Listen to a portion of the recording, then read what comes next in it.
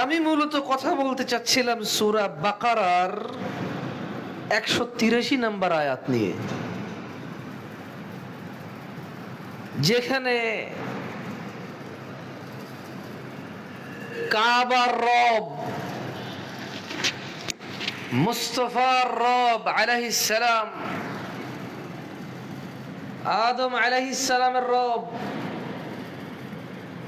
আমাদের সবার রব, সূরা বাকারা সূরা নম্বর 2 আয়াত নম্বর 183 তে যে বললেন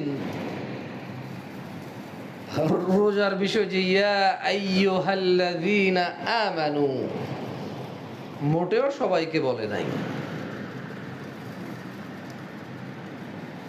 তিনি তাকওয়ার ক্ষেত্রে বলেছে ইয়া আইয়ুহান নাস ইত্তাকু রাব্বাকুম, হে মানব সমাজ, হে মানুষেরা, হিন্দু বৌদ্ধ খ্রিস্টান নাস্তিক আস্তিক, ভালো মন্দ, ইমাম মুসল্লি, চোর ডাকাত, ব্যভিচারী নেশাখোর, জুয়ারি খুনি ডাকাত, সবাইকে বলছে ইয়া আইয়ুহান নাস, হে মানুষ, ইত্তাকু রাব্বাকুম, রবকে ভয় করো। কিন্তু রোজার বিষয় সবাইকে বলে নাই। রোজার বিষয় বলছে যে ইয়া আইয়ুহাল্লাযীনা আমানু, হে তোমরা যারা ঈমান এনেছো, কুতিবা আলাইকুমুস সিয়াম, তোমাদের উপরে রোজাকে ফরজ করলাম। তার রোজা কেন ফরজ করেছেন ইয়া আল্লাহ? বলছে যে কামা কুতিবা আলাল্লাযীনা মিন ক্বাবলিকুম,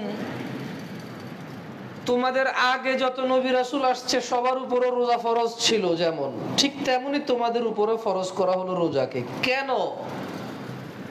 ইয়া আল্লাহ, আপনি তাকওয়ার ক্ষেত্রে বললেন যে ইয়া আইয়ুহান নাস, হে মানুষ, ইত্তাকু রাব্বাকুম, রবকে ভয় করো।